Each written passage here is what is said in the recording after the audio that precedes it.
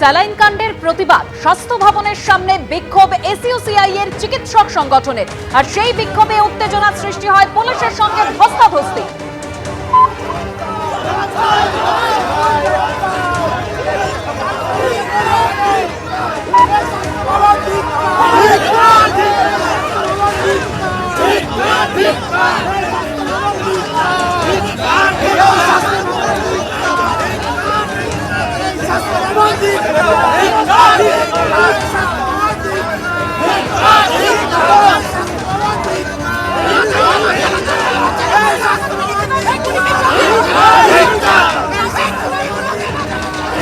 সরাসরি চলে যাব, আমাদের প্রতিনিধি উজ্জ্বল মুখোপাধ্যায় রয়েছেন সেখানে। উজ্জ্বল, একদম ছবি আমরা দেখতে পাচ্ছি যেখানে একদম পুলিশের সঙ্গে ধস্তাধস্তি বেঁধে যায় চিকিৎসক সংগঠনের। একেবারেই তাই, দেখো আমরা দেখলাম তীব্র বিক্ষোভ হলো এবং এখানে একেবারে স্বাস্থ্য দপ্তরের সামনে তোমাকে আগে তার ছবিটা দেখাই যে এই গোটা অঞ্চলটা পুলিশের কর্ডন করে রেখে দেওয়া হয়েছে। প্রচুর পুলিশ কর্মী এবং আইপিএস অফিসাররা তারা সকাল থেকেই আজকাল এখানে ডিউটি করেন, কারণ প্রতি মুহূর্তে এখানে কিন্তু কোনো না কোনো বিক্ষোভ দেখাচ্ছেন বিভিন্ন সংগঠন। আজকে এসইউসিআইর যে চিকিৎসক সংগঠন আছে তারা আজকে এখানে বিক্ষোভ দেখান, দীর্ঘক্ষণ ধরে তাদের বিক্ষোভ চলে এবং এই ব্যারিকেড ভেঙে তারা স্বাস্থ্য ভবন পর্যন্ত পৌঁছানোর চেষ্টা করে। পুলিশের সঙ্গে বেশ কিছুক্ষণ তাদের ধস্তাধস্তি হয় এবং তারপর আমরা দেখতে পাচ্ছি যে এই মুহূর্তে স্বাস্থ্য ভবনের গেটের সামনে দাঁড়িয়ে তারা তাদের বক্তব্য রাখছেন। তাদের দাবি খুব স্পষ্ট যে কি করে এই স্যালাইন ব্যবহার করা হলো, যে স্যালাইনকে নিষিদ্ধ করা হয়েছিল, যে স্যালাইন ব্যবহার করা যাবে না বলে ইতিমধ্যেই নোটিশ জারি করা হয়েছিল, তারপরও কেন এই স্যালাইন ব্যবহার করা হলো এই প্রশ্ন যেমন তারা তুলছেন, একই সঙ্গে তাদের দাবি যে অবিলম্বে বিচার বিভাগীয় তদন্ত করতে হবে।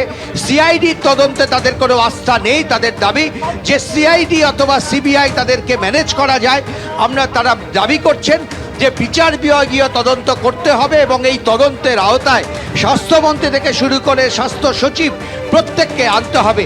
মূলত এই দাবিকে সামনে রেখেই তারা এখানে বিক্ষোভ দেখালেন। এই মুহূর্তে তারা বক্তব্য রাখছেন এবং তারা ডেপুটেশন দিতে যাবেন স্বাস্থ্য সচিবের কাছে এবং একই দাবি তারা জানাবেন। এবং দেখো, আবার উজ্জ্বলকে বলবো একবার ছবিটা দেখাতে। আমরা 5 মাস আগে আমরা দেখেছি যে যখন আরজি করের কাণ্ড হয়েছিল ঠিক এই চেহারা ছিল স্বাস্থ্য ভবনের সামনে। সারি সারি পুলিশ তারা ঘন্টার পর ঘন্টা এখানে প্রহরায় ছিলেন যাতে কোনো রকমভাবে বিক্ষোভের আজ স্বাস্থ্য ভবন পর্যন্ত পৌঁছাতে না পারে। মেদিনীপুরের ঘটনার পর কিন্তু আবার প্রায় প্রতিদিন স্বাস্থ্য দপ্তরের স্বাস্থ্য ভবনের সামনে বিক্ষোভ হচ্ছে। বিভিন্ন সংগঠন তারা বিক্ষোভ দেখাচ্ছেন, বিভিন্নভাবে বিভিন্ন সংগঠন তাদের প্রতিবাদ জানাচ্ছেন। এসইউসিআইর পক্ষ থেকেও আজকে বিক্ষোভ দেখানো হলো, প্রতিবাদ জানানো হলো এবং তাদের স্পষ্ট দাবি যতক্ষণ পর্যন্ত না বিচার বিভাগীয় তদন্তের কথা ঘোষণা করা হচ্ছে ততক্ষণ পর্যন্ত তাদের এই আন্দোলন চলবে। ধন্যবাদ উজ্জ্বল।